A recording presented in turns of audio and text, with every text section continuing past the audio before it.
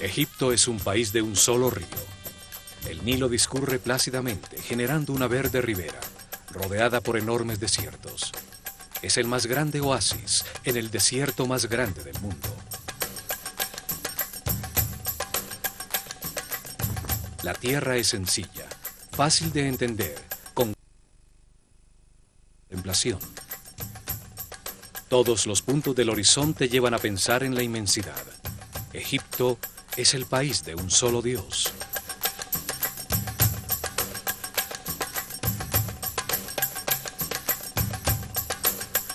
Allí, durante miles de años, se gestó una civilización que vivió en paz y armonía, sin salirse de sus límites naturales para tratar de imponerse a otros pueblos, dedicada por completo al perfeccionamiento espiritual.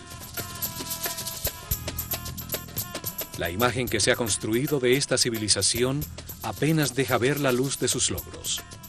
Su lenguaje escrito permaneció incomprendido por milenios. Solo se ha decodificado su nivel más básico, el de los símbolos que representan a los sonidos del lenguaje. Existen niveles superiores, con símbolos que transmiten conceptos, no sonidos. Estos no han sido descifrados todavía. Las traducciones solo se basan en la parte fonética, o en el mejor de los casos, se interpretan de acuerdo a las creencias de los traductores. Los que creen que eran unos bárbaros primitivos llegan a un tipo de interpretación, y los que creen que eran una avanzada civilización basada en lo espiritual, poseedora de tecnologías incomprendidas, llegan a otros totalmente distintos.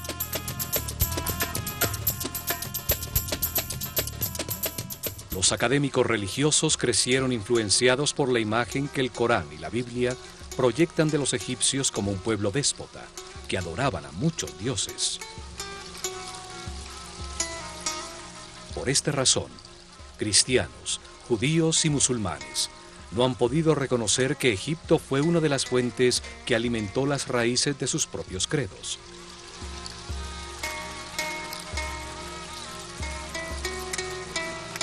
Esta imagen fue reforzada por la incorrecta traducción de la palabra néter, como Dios o diosa, cuando en realidad significa fuerza o causa fundamental, principio divino, función que ordena al universo. Los néters personifican atributos de Dios. Fueron una manera sencilla de explicar al pueblo que el único Dios responsable de la creación tiene distintas características. No significa que sean múltiples dioses. Un solo hombre puede ser un maestro, un padre y al mismo tiempo un esposo, sin tener que ser múltiples personas.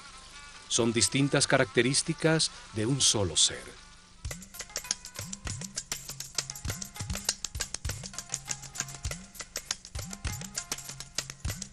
Para muchos historiadores, la civilización actual representa el momento de máximo progreso del hombre sobre la Tierra. Esta creencia también ha contribuido a proyectar una imagen equivocada de Egipto, porque no aceptan la información que la pueda poner en duda.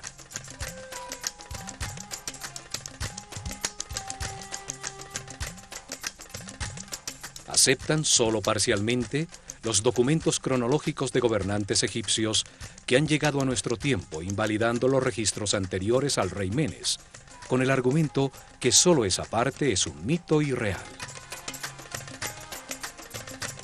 Los académicos racionalistas también han contribuido a tergiversar la historia egipcia, al no aceptar la existencia de la ciencia y la filosofía antes de la civilización griega, a pesar de que los grandes pensadores y matemáticos griegos encontraron las respuestas en Egipto. Todo esto ha proyectado una imagen equivocada de la cultura egipcia. Se les contempla con prejuicios, como a un pueblo primitivo e pocos templos y unas tumbas para sus faraones, muy grandes y resistentes al paso del tiempo.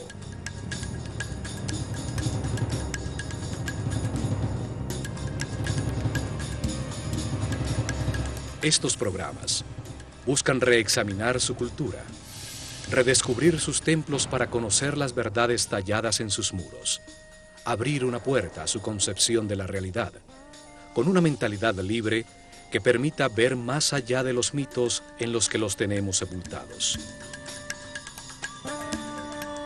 Los antiguos egipcios entendieron el universo, sus leyes, procesos y propósito de una manera coherente, lógica, analítica y racional, que es una herencia importantísima para el hombre que comienza un nuevo milenio.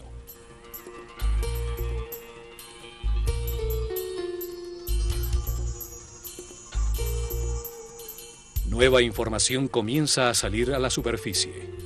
Estudiosos científicos y técnicos están encontrando pruebas de los increíbles avances tecnológicos, de la precisión absoluta de sus construcciones, del tamaño de sus proyectos.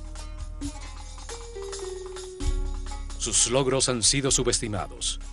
El hecho de no imaginar ni entender su tecnología no quiere decir que no hayan movido de manera inexplicable enormes pesos desde grandes distancias, que hayan cortado, tallado y acoplado durísimas losas de granito y diorita con precisión atómica, solo posible con tornos y sierras ultrasónicas.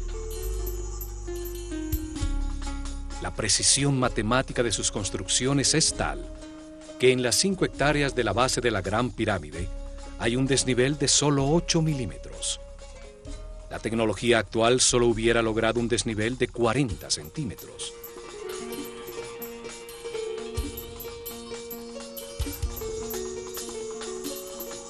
Su sistema de medidas, basado en el hombre, dejó constancia exacta de las medidas del planeta, de los movimientos del sistema solar en la galaxia. Importantísima información sobre los ciclos cósmicos que determinan cataclismos periódicos no puede quedar relegada como un mito. Esta herencia forma parte de nuestro anciano futuro. Lo encontrado hasta ahora muestra de manera evidente que manejaron conocimientos avanzadísimos en todos los campos de las ciencias, el arte, la filosofía y la religión.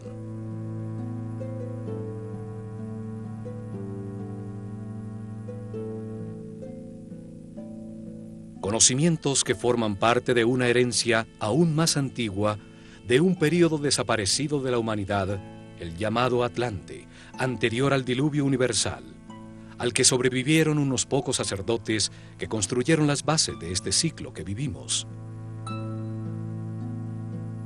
La humanidad tuvo un gran desarrollo sobre la Tierra. Unos pocos sacerdotes científicos, previendo la catástrofe, se prepararon para sobrevivirla. A ello se debe la aparición súbita, sin ningún período de evolución, de todos los conocimientos egipcios. Estos sabios estructuraron una cerrada casta sacerdotal. Se organizaron en templos para que sus sucesores guiaran al pueblo en un proceso de perfeccionamiento espiritual que perduraría por miles de años. Fueron llamados los sacerdotes de la escuela de misterios de El Ojo de Horus. Eran los depositarios del conocimiento, y su visión de la vida sobre la tierra como un proceso de perfeccionamiento espiritual para convertir un hombre casi animal en superhombre determinó el camino de los egipcios.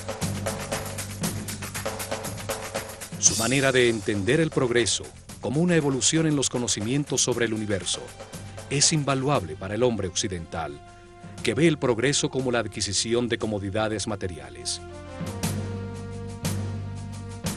La Escuela de Misterios aceleró el proceso evolutivo de una serie de iniciados que recibieron información para entender el mundo dual en que vivimos, de contrastes extremos, de luz y oscuridad, de miedo y amor.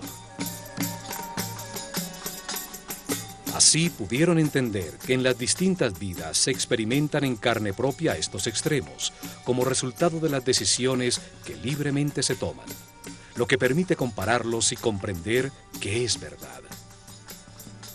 Cada vida es un paso necesario para añadir conocimiento.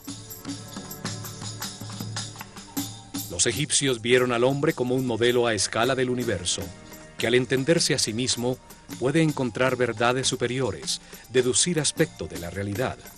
Como es arriba, es abajo. Los sabios sacerdotes enseñaron que todo existe en una gran mente, que somos pensamientos de Dios, con la capacidad de crear en nuestro propio pensamiento. Todos somos aspectos de una única realidad. Todo es uno, uno es todo. Por eso, desarrollaron simultáneamente su ciencia, su arte, su religión y su filosofía, de una manera multidisciplinaria, conjunta, sin especializaciones que ciegan.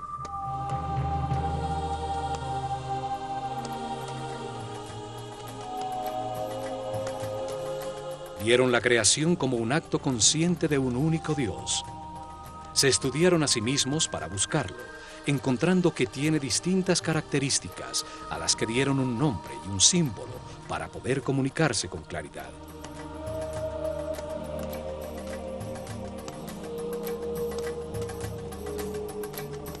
Llamaron Atum, a la característica de Dios inmanifestado, cuando no ha creado el universo, y este solo existe como potencia dentro de él.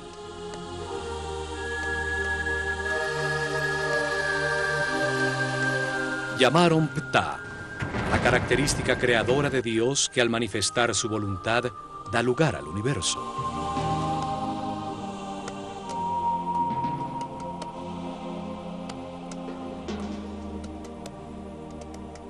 Llamaron Amón, a la característica de Dios que hace al hombre libre de crear en su propia mente a su propia imagen y semejanza.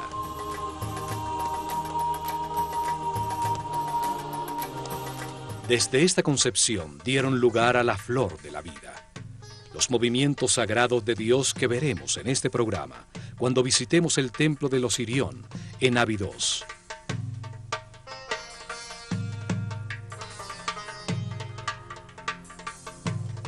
Los templos fueron instrumentos científicos de alta precisión para medir y registrar los movimientos de los astros.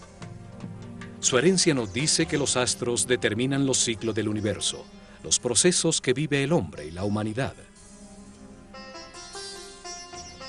En los templos concentraron los conocimientos que encontraron mientras se estudiaban a sí mismos en un proceso dirigido de perfeccionamiento espiritual. Allí desarrollaron simultáneamente las ciencias, el arte, la religión y la filosofía en un solo todo dinámico, pues creían que ningún aspecto de la realidad estaba separado del otro. Alrededor de los templos, guiada por seres muy evolucionados espiritualmente, creció una de las civilizaciones más incomprendidas y más avanzadas sobre la Tierra. Es hora de recuperar nuestra herencia.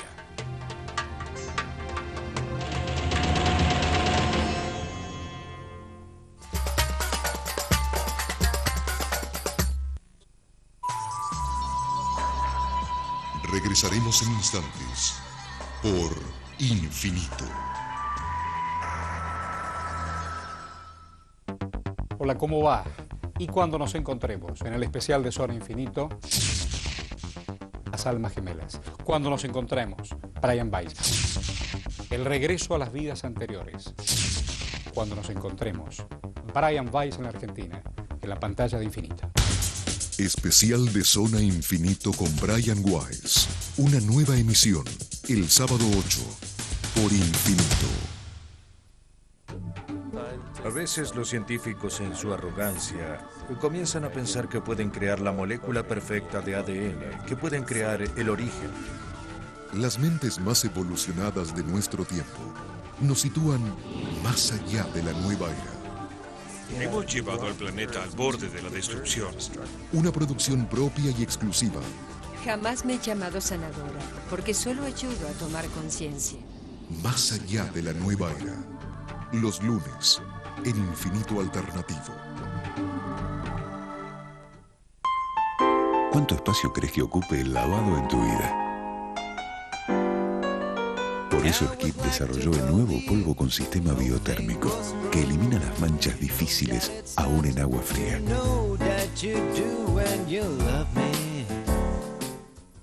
¿Te estás preparando para el verano? Vas a estar bárbara y tu pelo no se va a quedar atrás.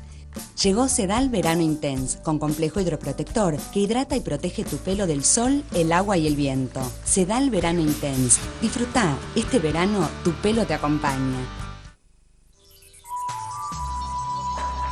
Continuamos con nuestra programación por Infinito.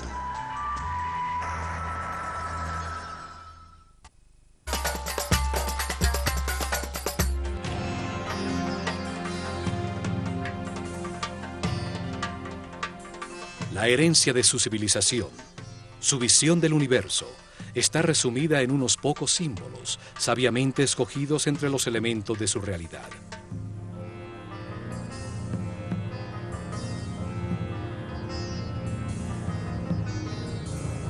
La utilización de una imagen simbólica tiene la ventaja que expresa un pensamiento de una manera muy simple, más allá del lenguaje, y su significado puede ser entendido miles de años después de haber sido dibujado, pues la imagen de un halcón o una postura humana nunca cambian.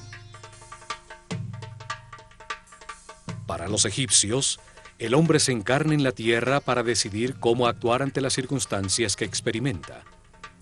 Al comparar los resultados de sus actuaciones, aprende y se perfecciona. Entonces, lo más importante es la acción, el verbo. La acción que produce resultados y por ende perfeccionamiento. El lenguaje existe para comunicar acciones. Cada parte del todo actúa, realiza una acción vital que produce resultados. Cada parte tiene la forma que necesita para actuar de la manera. Los egipcios expresaron sus ideas a través de 3 tipos de símbolos o de escrituras. Son llamadas escritura hieroglífica, hierática y demótica.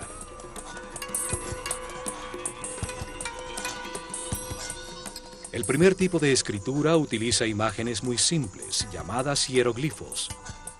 Hieros significa sagrado y glifos significa imprimir. Así llamaron los griegos escritura sagrada a las tallas simbólicas egipcias. Los hieroglifos tienen distintos niveles simbólicos para comunicar.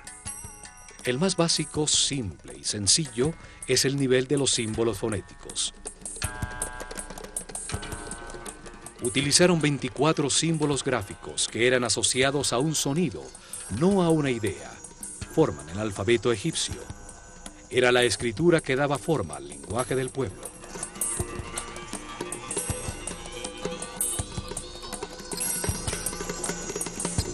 Son el primer alfabeto utilizado por el hombre, del cual se derivaría el alfabeto fenicio, y de este, el alfabeto griego.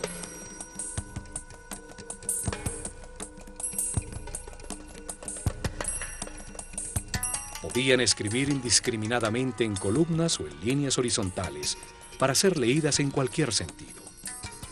Las cabezas de las figuras simbólicas miraban hacia donde comenzaba la frase.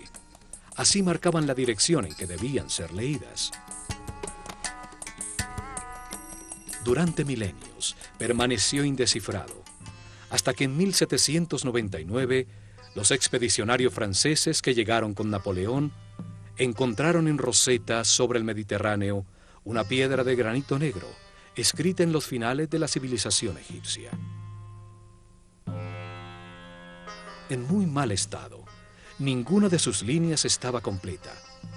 Aún conservaba 14 líneas escritas en hieroglifos, 32 líneas escritas en demótico y, lo más importante, 54 líneas en griego.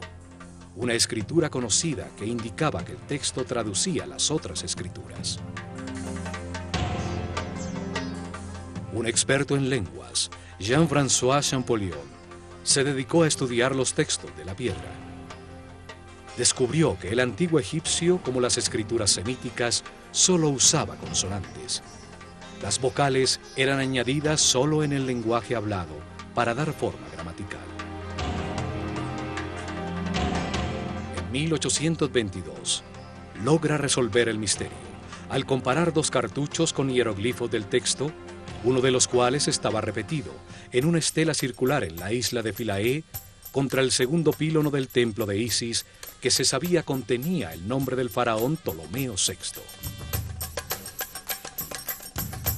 2 cartuchos hieroglíficos con los nombres de 2 de los últimos faraones egipcios, Ptolomeo y Cleopatra. Esto permitió decodificar e identificar el alfabeto utilizado. El sonido que en ese momento producían las palabras griegas en copto, un lenguaje utilizado por cristianos egipcios, sirvió para aproximar los sonidos que se supone tenían los antiguos egipcios.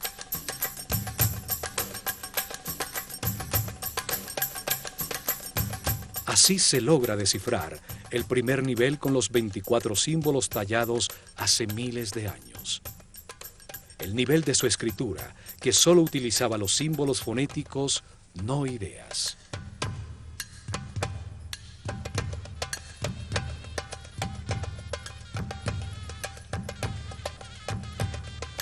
Pero existe un nivel más alto de comunicación en la misma escritura hieroglífica. Más de 700 símbolos, bellísimas formas gráficas que dibujan la realidad, evocando en la mente acciones y conceptos. La palabra se convertía en una imagen. Símbolos que imitan las formas de la naturaleza, escogidos por la acción que traen a la mente. Un pájaro evoca el vuelo, la libertad. Si es un halcón, añade en la mente lo agudo de su vista.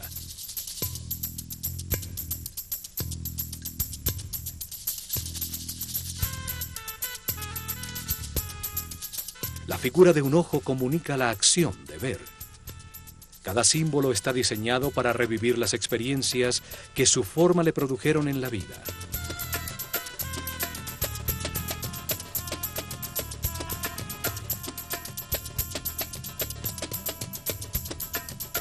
También utilizaban partes fácilmente reconocibles, que hacen pensar en una acción vital.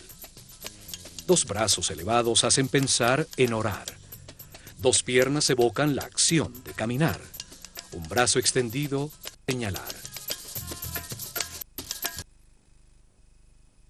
2 manos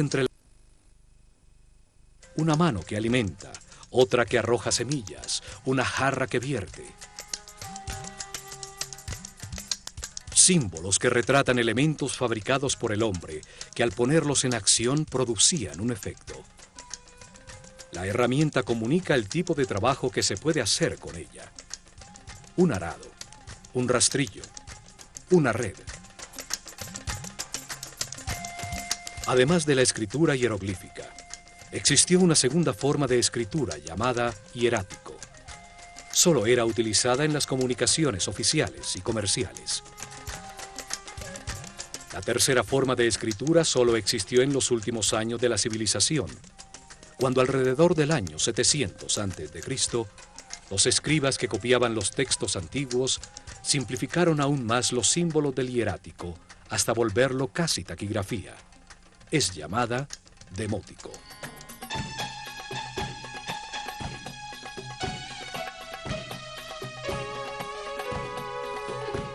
Nuevas interpretaciones están saliendo a la luz que permiten entender que los mitos y los símbolos utilizados por los egipcios son solo una forma fácil de comunicar conocimientos, de expresar conceptos sobre la realidad. Al convertir las ideas en historias, se facilita su entendimiento. Los sabios sabían que suministrar información sin que sea comprendida es un ejercicio inútil.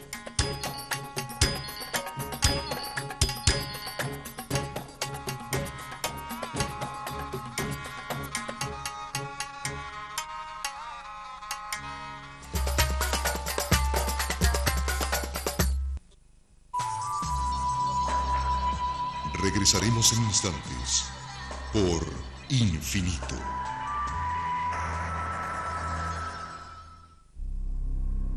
Los seres del más allá y su singular encanto. Continuamente nos están asustando, nos tocan los hombros, voltea uno a mirar, no hay nadie. Apariciones, ruidos, pasos que se pierden en la noche y presencia de seres desencarnados, o sea, espíritus sin cuerpo físico. Anímese a recorrer los lugares embrujados más inquietantes de Latinoamérica. Las más sugestivas Casas Encantadas, parte 2. Una producción propia y exclusiva. Este sábado, en Infinito Original. Tenían 3 dedos. 3 dedos.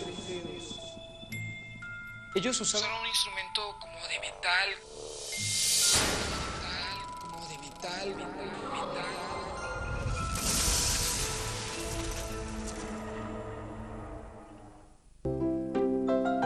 Apenas abre los ojos, ya está descubriendo todo lo que lo rodea.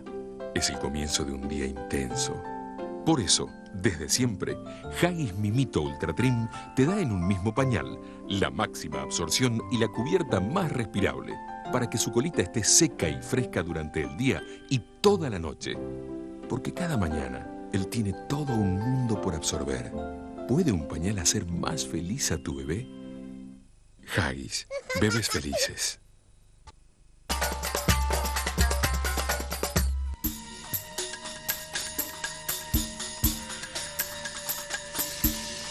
Hay 3 templos muy antiguos, de los comienzos de su civilización, realizados con la misma técnica constructiva. Tienen el mismo estilo arquitectónico, masivo, muy simple y pesado, que nunca fue utilizado nuevamente en todo Egipto.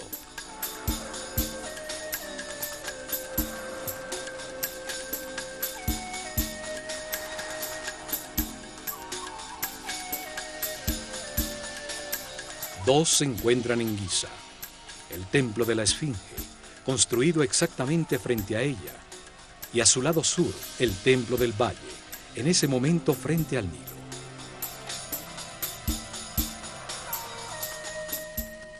El tercero es el masivo Osirión, construido en Abidos.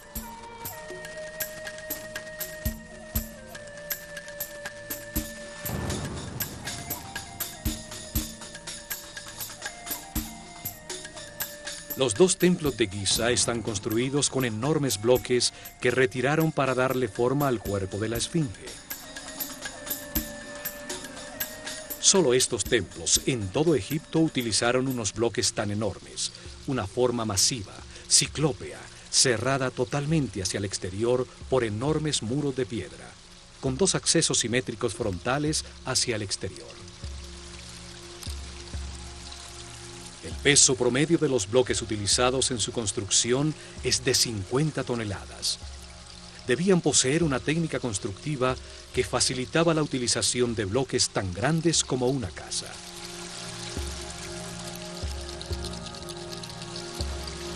Tampoco utilizaron bloques regulares.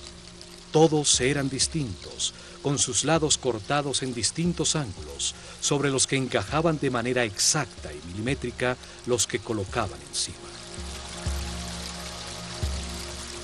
Otra particularidad de estos templos es que los bloques esquineros están cortados de manera especial. El bloque forma parte de los 2 muros para permitir que la energía del edificio se moviera de un lado al otro sin interrupciones. Esto obligaba a que la totalidad del bloque tuviera que tallarse en algunos casos más de 30 centímetros para formar la esquina. En la naturaleza orgánica no hay ángulos rectos. Una esquina es una articulación que permite el flujo de las energías y el fluir de los líquidos.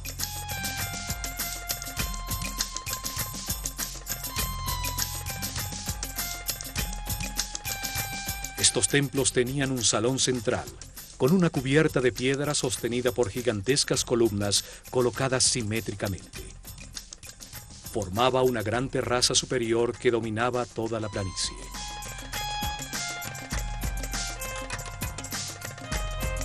Sus muros y columnas no tenían ningún tipo de ornamento o hieroglifo, y sus pisos son de alabastro. El salón era alumbrado por tragaluces en el techo de piedra que dejaban entrar un chorro de luz directamente sobre las estatuas de los Néters, similares a esta de Sekhmet en el templo de Karnak. Estos templos fueron utilizados desde el Sep-Tepi, el momento en que comenzó la nueva etapa después del diluvio, en ceremonias iniciáticas de los sacerdotes de la Escuela de Misterios del Ojo de Horus.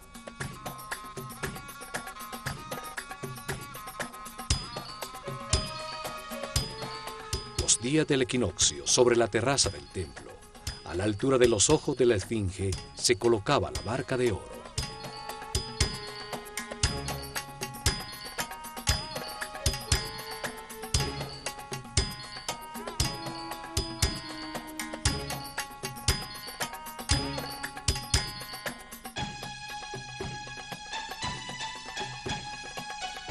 El símbolo del proceso evolutivo del hombre en su camino de reencarnaciones sobre la tierra y del recorrido del sol en el cielo.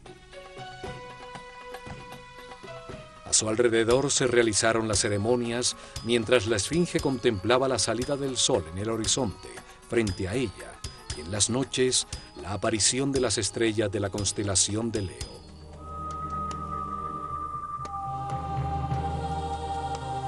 Cuatro razones se dan para afirmar que la esfinge y estos templos fueron construidos por el faraón Kefren. La primera es que en el templo de la esfinge se encontró enterrada, cabeza abajo, la famosa estatua de diorita negra de Kefren con un halcón en su cuello. La segunda es que se afirma que la cara de esta estatua es igualita al rostro de la esfinge.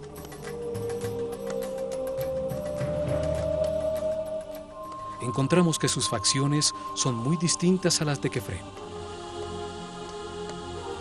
La tercera es que entre los brazos de la esfinge se encontró una estela tallada por Tutmosis IV, que en una de sus líneas tiene la sílaba Kef, a pesar de que la misma estela afirma que la esfinge estaba allí desde el comienzo de los tiempos, el Sep-Tepi. La cuarta es que por todo esto a Kefren se le atribuye también la construcción de la pirámide central de Giza, que tenía adosado a su fachada un templo que estaba unido por un camino cubierto de 500 metros al llamado Templo del Valle.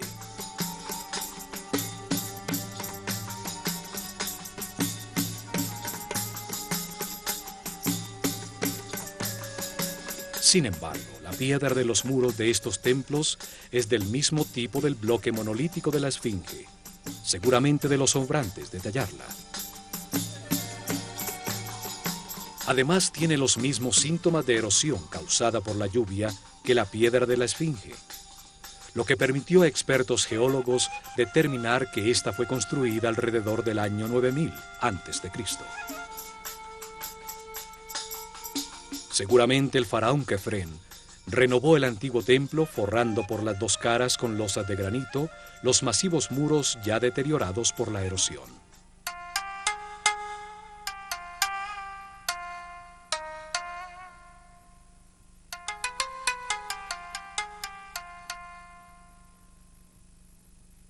Los antiguos dividieron la parte verde habitable de Egipto en dos grandes zonas con distintas características definidas por la forma del mismo río Nilo. El delta, cuando el Nilo se abre para llegar al Mediterráneo, forma un valle fértil. Es llamado el Bajo Egipto. Su símbolo hieroglífico es una abeja, y el faraón ciñe una corona roja para mostrar su autoridad en esta zona. El larguísimo y estrecho corredor verde a ambos lados del Nilo, en su recorrido desde la frontera con Nubia hasta el sitio donde comienza el delta, es llamado el Alto Egipto. Es simbolizado en su escritura por un arbusto, y el faraón ciñe una corona blanca que representa su poder sobre ese territorio.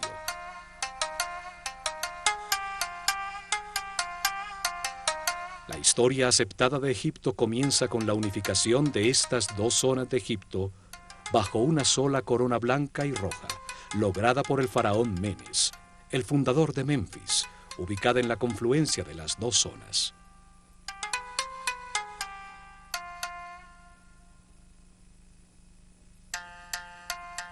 En Abidos, al sur, en el Alto Egipto, existen dos templos, uno al lado del otro. El dedicado por Seti I a Osiris, detrás del cual se encuentra la excavación donde apareció el segundo templo, el Osirión, que permanece parcialmente sumergido en agua.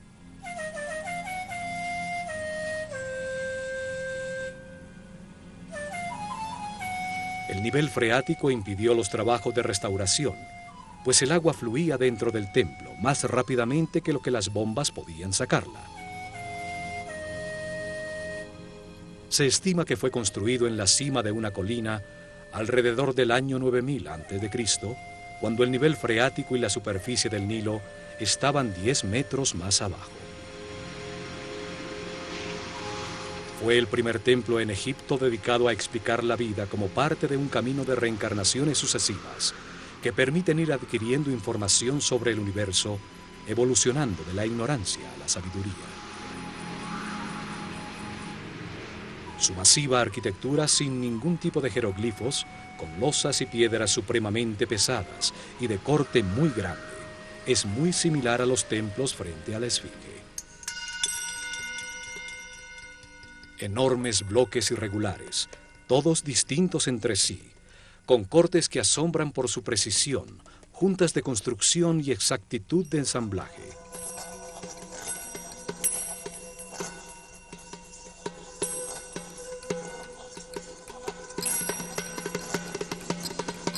En las esquinas los bloques giran con el muro lateral, teniendo que haber sido rebajados en todo su tamaño para lograr esta forma, lo que incrementa considerablemente el trabajo, pues son de durísimo granito de Asuán. Todo esto implica una técnica constructiva desaparecida, en una época en que supuestamente no existían las herramientas para producir esos cortes tan precisos, mover esos bloques tan pesados o ensamblarlos con tanta exactitud. Conocimientos técnicos heredados de los sobrevivientes al diluvio que fueron utilizados en el estricto y cerrado círculo de una organización secreta de sacerdotes científicos. Las técnicas o herramientas utilizadas nunca fueron puestos a disposición del pueblo en general, seguramente porque era muy peligroso entregarlos a mentes primitivas con emociones y pasiones descontroladas, o porque la única manera de utilizarlas era estando en perfecta armonía con el universo por su característica sónica o psíquica y no mecánica como las desarrolladas por el hombre actual. El templo tiene una forma rectangular con una plataforma rodeada de agua, elevada en su centro, a la que se accedía por escalinatas a lado y lado, ahora difícilmente visibles por el agua. Su forma simboliza el montículo original que emergió cuando las aguas se replegaron después del diluvio universal, donde desembarcaron los sabios para comenzar la nueva civilización en Egipto. Este templo conmemora el Seb Tepi, el tiempo para dar comienzo a una nueva civilización dedicada al perfeccionamiento espiritual. 10 masivas columnas de piedra, cada una cortada de un solo bloque de granito rojo, con un peso mayor a 100 toneladas, soportaban unos masivos pórticos sobre los que se apoyaba un techo de piedra. Alrededor del canal de agua, 16 santuarios albergaron en su momento a los símbolos sagrados. Hoy se encuentran sumergidos en agua estancada.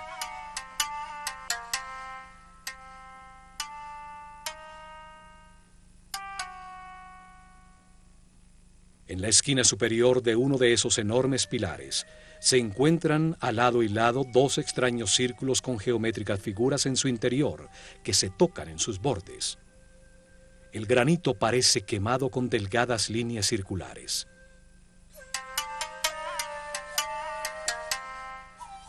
Se trata de la flor de la vida, un símbolo de geometría sagrada egipcia que muestra los movimientos iniciales de Dios para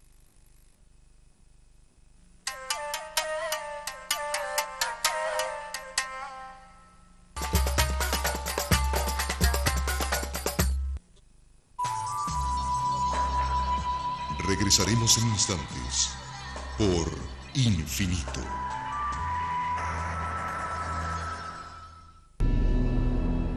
Lo definen como un símbolo de paz y amor, pero lo defienden con guerras.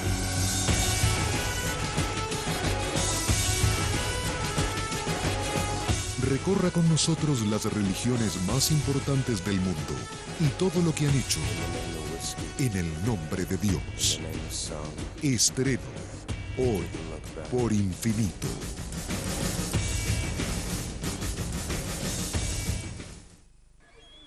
Mientras muchos se esfuerzan por lograr un cambio en su vida, otros lo obtienen sin buscarlo. No había ningún rastro de él, ni huellas de ninguna clase. Parecía que se lo habían llevado. Era totalmente increíble. Analice con nosotros qué les ocurrió a quienes aseguran haber tenido... No estaba parado en el suelo, estaba flotando sobre el suelo. Encuentros cercanos del cuarto tipo. Estreno el sábado 22 en Infinito OVNI.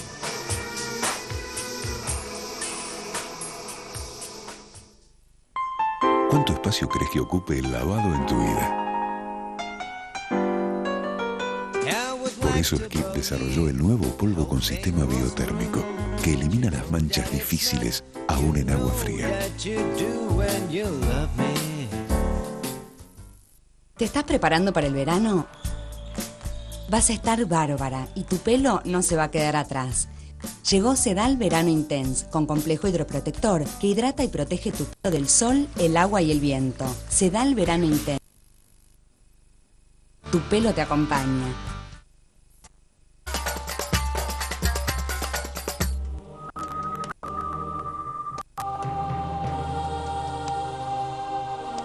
La flor de la vida es un símbolo esotérico egipcio que describe la geometría sagrada que dio lugar al universo y que determina los procesos naturales, como la mitosis o el movimiento de los soles y los planetas.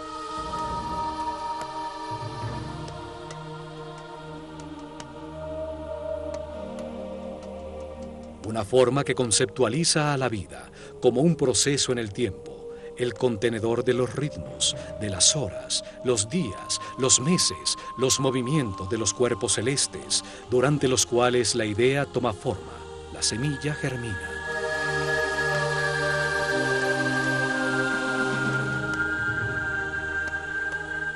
La flor de la vida representa el momento en que Dios activa su voluntad, cuando despierta su conciencia para animar el universo, cuando abandona el estado de reposo, de no yo, de no ser, de vacío y oscuridad. Es el momento en que Atum-Ra, el Dios inmanifestado, se transforma en Ptah, el Dios creador de todo lo que existe. El Fiat Lux, el momento en que nace la flor de la vida y todo comienza su primera ronda. Para los egipcios, los movimientos de Dios comienzan desde un punto central conceptual, el ojo de Horus, desde donde sale la flor de la vida, cuyo fruto es el universo, la creación. El punto es la referencia para saber que existe el movimiento. En él comienza su geometría sagrada. Desde allí Dios crea el primer espacio virtual del universo.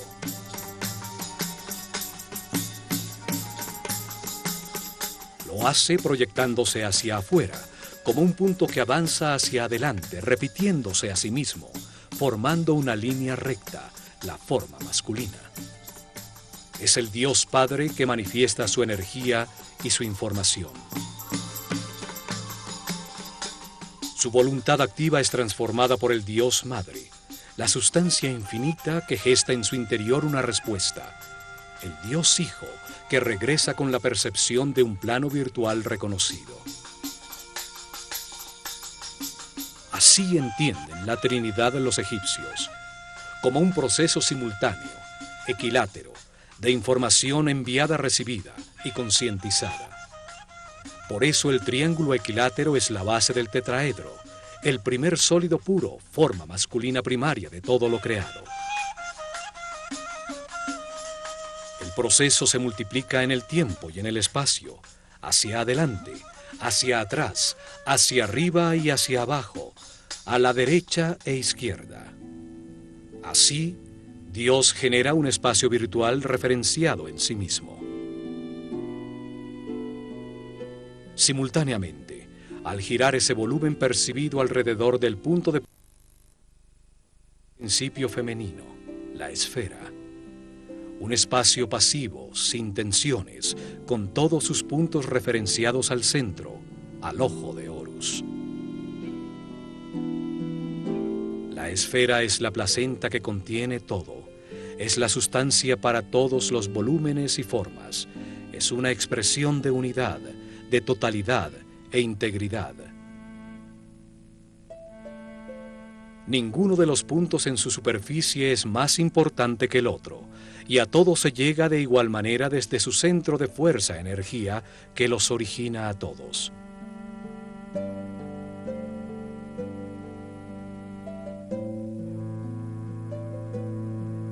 Átomos, células, semillas, planetas y soles, todos hacen eco a esa forma de unidad y potencialidad. La primera esfera virtual contiene los 5 modelos de poliedros regulares, sólidos con todos sus lados y ángulos iguales. Son llamados los sólidos platónicos, en homenaje a Platón, quien aprendió la flor de la vida de maestros egipcios.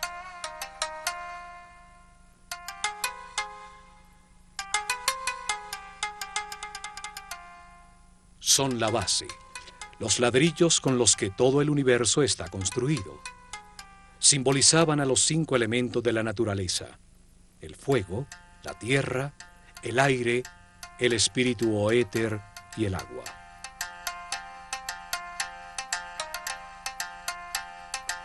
Así Dios comprendió, creó y percibió, desde su centro de fuerza y energía, el primer espacio finito que simboliza a la tierra dentro del infinito, el cielo. La Biblia nos dice que en el principio Dios creó el cielo y la tierra. La tierra estaba informe y vacía. Las tinieblas cubrían la superficie del abismo y el Espíritu de Dios se movía entre las aguas.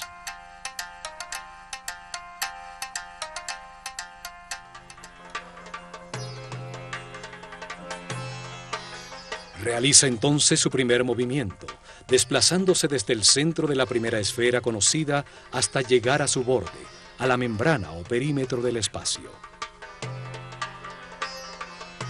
Desde ese nuevo punto central se repiten los movimientos que ya conocemos, generándose una nueva esfera. En la intersección de las 2 esferas iguales se genera la forma más importante de todas las existentes. Es llamada el Veshika Pisces y simboliza al Verbo Divino. Los egipcios creían que desde allí salieron los números, los 7 sonidos fundamentales, las letras y toda la sabiduría de la creación. Tiene la misma forma del ojo y de la boca humana. En su interior caben exactamente 2 triángulos equiláteros, que al ser contenidos en un rectángulo son la base de la proporción áurea, la divina proporción. Esta proporción fue utilizada en todos sus templos, como en el Osirión, para relacionar las 3 dimensiones entre sí y a estas con la naturaleza. De allí se derivan todas las relaciones matemáticas fundamentales y los números más importantes como Phi y Pi. También simboliza la visión compartida, el mutuo entendimiento entre individuos iguales, tierra común.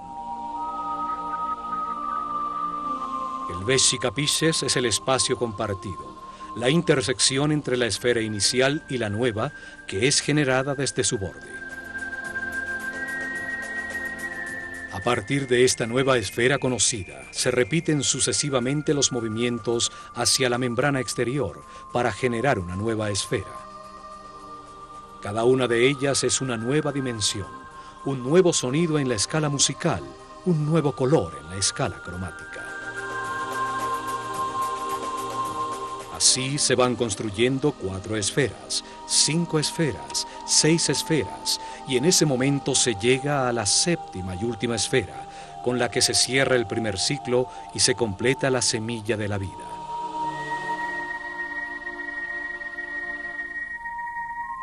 Siete esferas, 7 días de la creación, 7 notas musicales, 7 colores espectrales, 7 capas de músculos tiene el corazón, 7 chakras, 7 sistemas de glándulas endocrinas.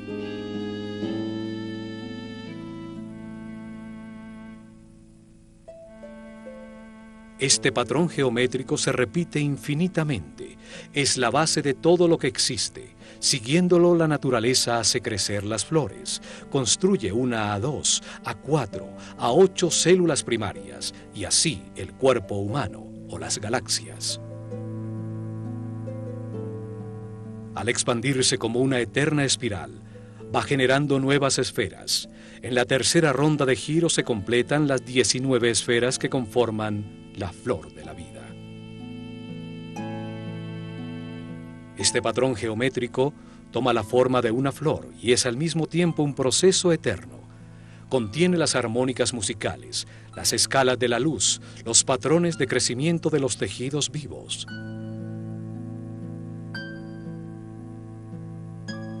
Cada esfera tiene la misma potencia para desarrollarse que la original.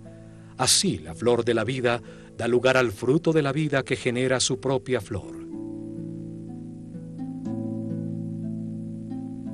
Cada esfera guarda en su interior los 5 sólidos platónicos, la unión de la energía masculina y femenina, la recta y la curva, las 2 matrices geométricas que son la base de toda la realidad existente.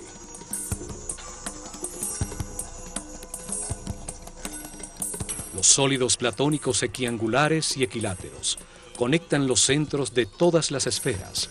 Así aparece el tetraedro, el cubo, el octaedro, el icosaedro y el dodecaedro.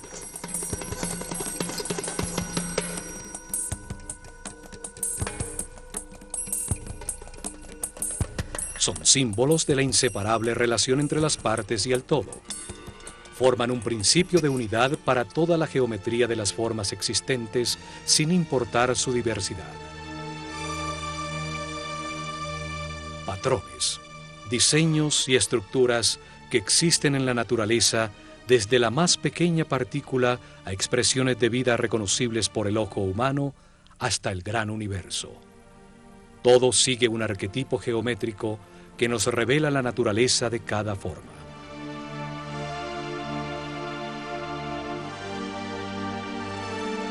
La flor de la vida revela que todo está conectado, que es inseparable y que es una unidad.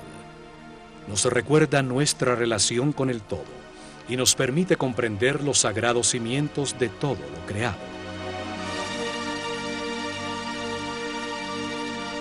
Con ella, los sacerdotes de la escuela de Horus enseñaron el respirar del todo, qué es Dios y cómo diversifica su conciencia a través de nuestra propia vida.